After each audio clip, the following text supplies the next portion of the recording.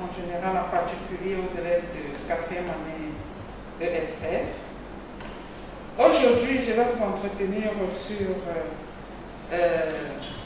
la nutrition humaine, le thème 7 qui est intitulé Conserves alimentaires. Les conserves alimentaires, en particulier la confiture de mangue.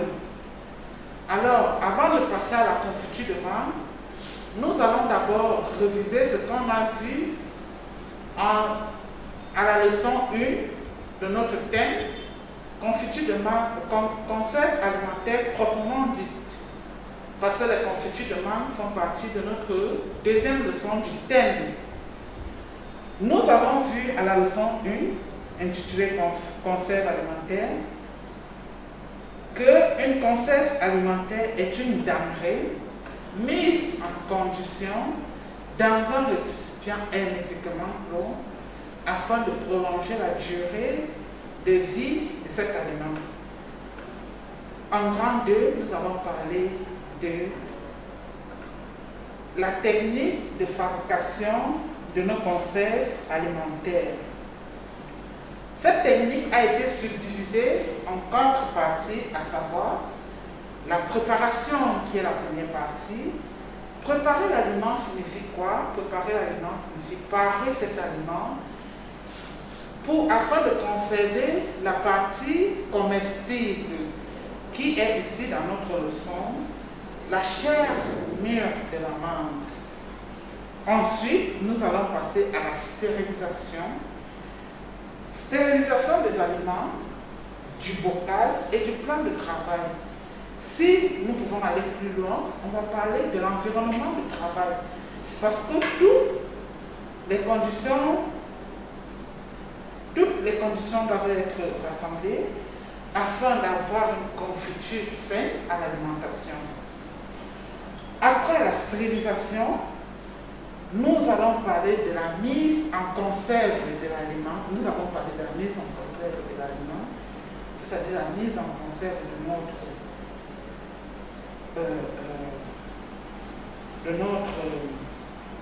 confiture. Et après, nous allons parler de l'étiquetage de la confiture. Le cours d'aujourd'hui porte sur le thème 7, intitulé Conserve alimentaire. La leçon 2, c'est-à-dire une application des conserves alimentaires, qui est intitulée également Confiture de mangue allégée au sucre. Pourquoi nous avions choisi la confiture de mangue allégée au sucre pour le cours appliqué, le cours technique? Simplement parce que dans notre région, présentement, il y a une surproduction de mangue. Nous sommes en pleine période de récolte de mangue.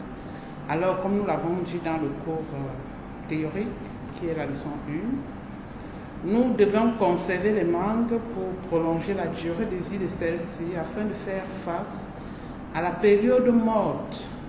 Ainsi, nous pouvons conserver tous les autres aliments, à savoir les tomates, ananas, piments, tout ce que vous avez sur la main qui excède la production en surplus de consommation. Alors, qu'est-ce que j'attends de vous, apprenants de classe de 4e année? J'attends de vous d'être capable non seulement de réaliser une conserve alimentaire et surtout la conserve de confiture de mangue allégée au sucre. Listez les denrées utilisées pour fabriquer la confiture de mangue. Énumérez les différents types de confiture de mangue. Alors, à l'objectif pédagogique opérationnel, nous allons passer à la fiche technique de réalisation pour 10 personnes. Pour réaliser une confiture de mangue pour 10 personnes, nous aurions besoin des denrées et proportions d'une part et du matériel utilisé d'autre part. Pour 10 personnes, nous aurions donc besoin de 600 g de mangue mûre, 300 ml d'eau, 10 à 150 g de sucre blanc, 2 cuillerées à soupe de jus de citron. Nous avons choisi le jus de citron ici parce que c'est une fabrication domestique. Quand on se retrouve en industrie, on peut utiliser l'acide ascorbique ou d'autres conservateurs à longue durée d'action. Donc, nous allons remplacer ces conservateurs par le jus de citron. À la ligne, nous aurions également besoin d'une cuillerée à café de zeste de citron facultatif. Matériel utilisé. Nous aurons besoin de 2 bassins d'eau, un couteau, une casserole, une spatule en bois, un bocal de conditionnement, c'est-à-dire une boîte, un récipient hermétique qui peut hermétiquement se fermer en évitant que l'air pénètre dans la boîte. Une cuisinière à gaz ou électrique, ou encore on peut avoir recours au charbon, au bois, une terrine, une cuillère. Après donc la fiche technique, nous allons passer à la mise en place générale. La fiche technique nous aurait permis de mentionner tout ce dont on aura besoin lors de la fabrication de notre confiture de mangue allégée. Et la mise en place consiste donc à préparer le plan de travail sur lequel nous allons travailler. Pour le plan de travail, nous aurions besoin d'une table sur laquelle nous pourrions poser une nappe et reprotéger la nappe du plastique, poser notre planche de travail. Ensuite, sur cette table, nous allons rassembler tout le matériel et toutes les denrées dont nous aurions besoin lors de la fabrication de notre confiture de mangue. C'est-à-dire quoi? Nous allons tout mettre à portée de main pour éviter simplement les va-et-vient inutiles qui, d'une part, nous perdent le temps, d'autre part, vont engendrer une fatigue générale. On peut créer des accidents avec les va-et-vient inutiles. C'est pour cette raison qu'on demande de rassembler tout le matériel à portée de main. Ensuite, on va se mettre en tenue de travail, c'est-à-dire une blouse blanche, un foulard pour protéger les cheveux.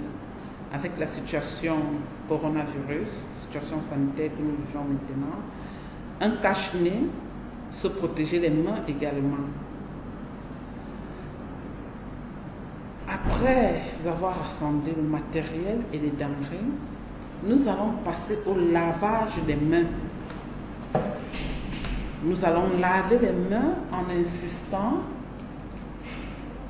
Nous allons laver les mains en insistant sur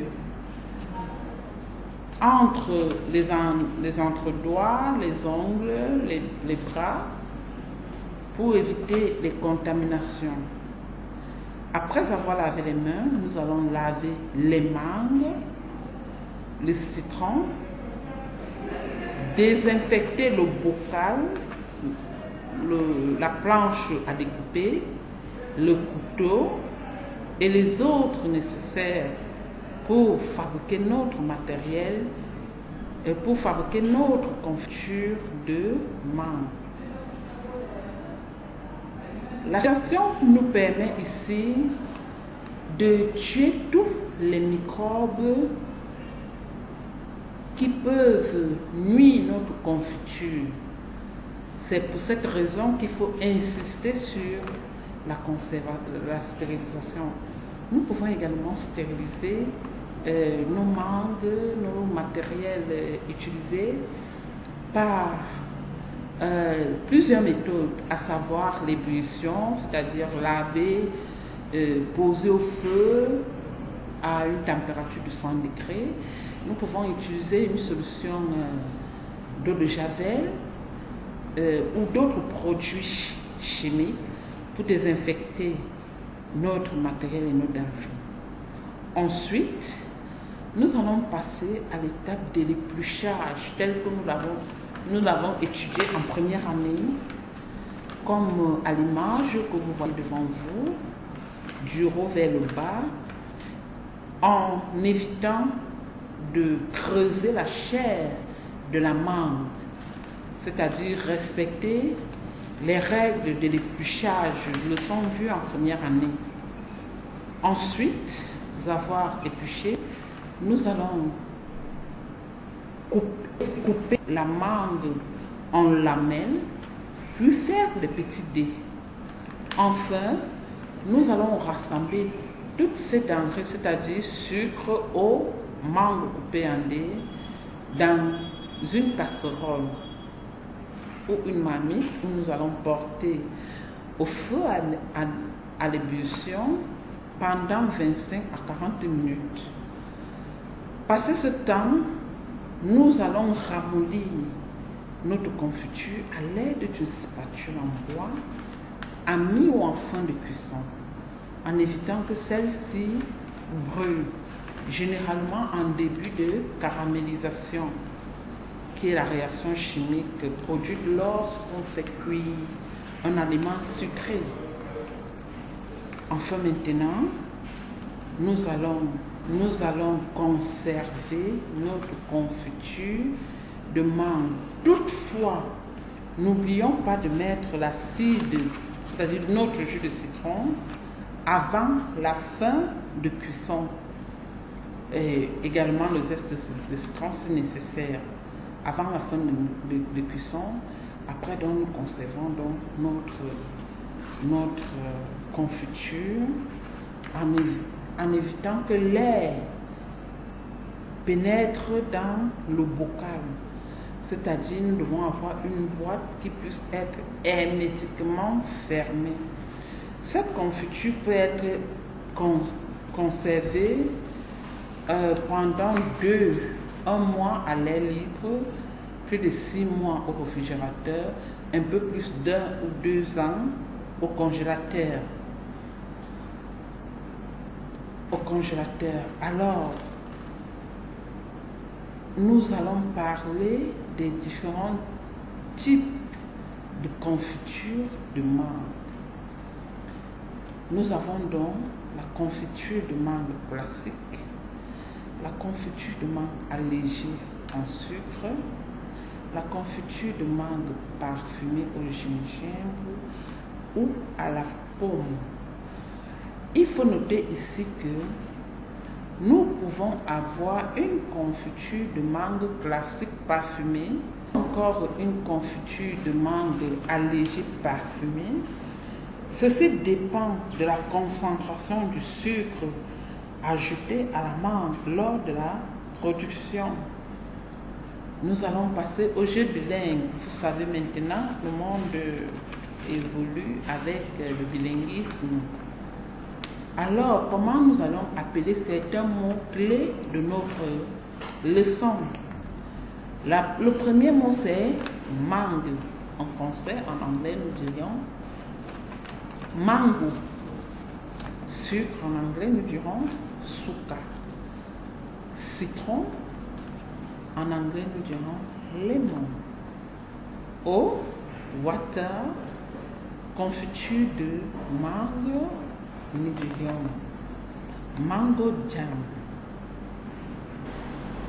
Nous avons parlé donc du temps de stérilisation, le choix de la méthode de stérilisation, le respect des consignes, comment bien conserver. Nous avons achevé cette partie en parlant de la méthode permettant d'éviter à l'aliment de s'oxyder, c'est-à-dire comment fermer hermétiquement notre boîte de conserve déjà fabriquée. Ensuite, nous avons vu l'utilisation de nos conserves. En ce qui concerne la leçon du jour qui est intitulée la confiture de mangue allégée au sucre, nous avons vu des utilisations, c'est-à-dire l'utilisation directe et l'utilisation indirecte. En utilisation directe, donc, nous parlons de la tartine, l'assaisonnement, des confections en salade. Et en utilisation semi-directe, nous avons les sauces et l'utilisation des confitures en pâtisserie. Après l'utilisation, nous avons vu les types de conserves. Les types de conserves ici font allusion à deux types. Nous avions donc les conserves proprement dit et les semi-conserves. La différence entre les deux, c'est que les semi-conserves ont besoin d'un milieu assez frais pour être conservés, pendant que les conserves n'ont pas besoin du milieu frais. Ensuite, donc, nous avons vu la valeur alimentaire. Dans la valeur alimentaire, nous avions dit que toutes les macromolécules sont conservées lors de la fabrication de conserves alimentaires. Je prends l'exemple des protéines, les lipides, les glucides sont conservés. Certaines vitamines liposolubles, c'est-à-dire pas des vitamines qu'on retrouve dans des aliments gras ou dans la matière grasse.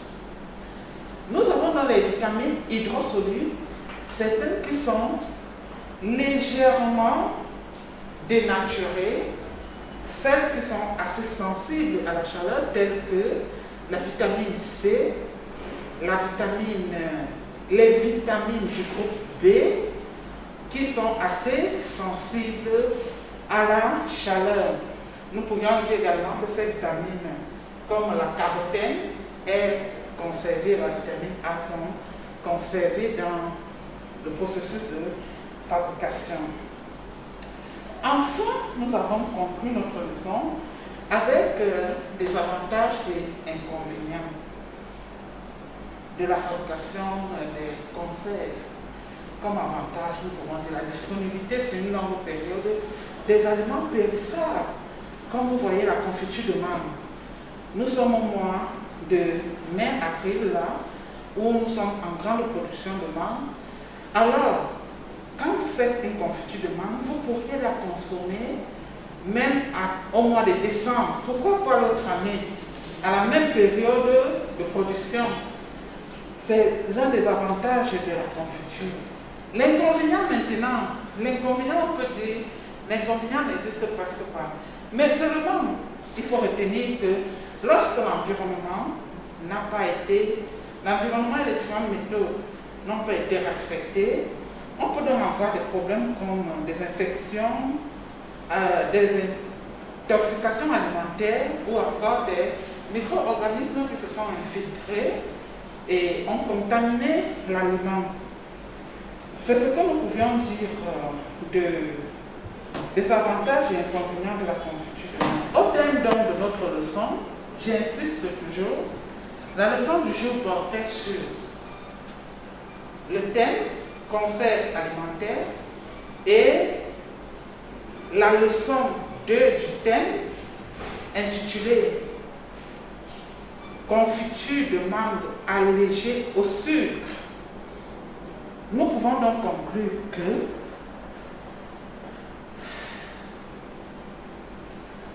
pour fabriquer notre confiture de mangue, nous avons besoin de la chair mûre de la mangue, du sucre, de l'acide ascorbique ou du jus de citron. Nous avons besoin du jus de citron, du zeste de citron et du matériel que nous avons vu plus haut. Ensuite, nous devions apprêter notre plan de travail tel que nous avons vu dans la leçon. Quand nous avons fini d'apprêter notre plan de travail, nous rassemblons, très important, nous rassemblons tout le nécessaire, le matériel denrées et proportions réunis sur place. Le gros et le petit matériel tel que nous avons vu dans l'organisation d'une cuisine en première année.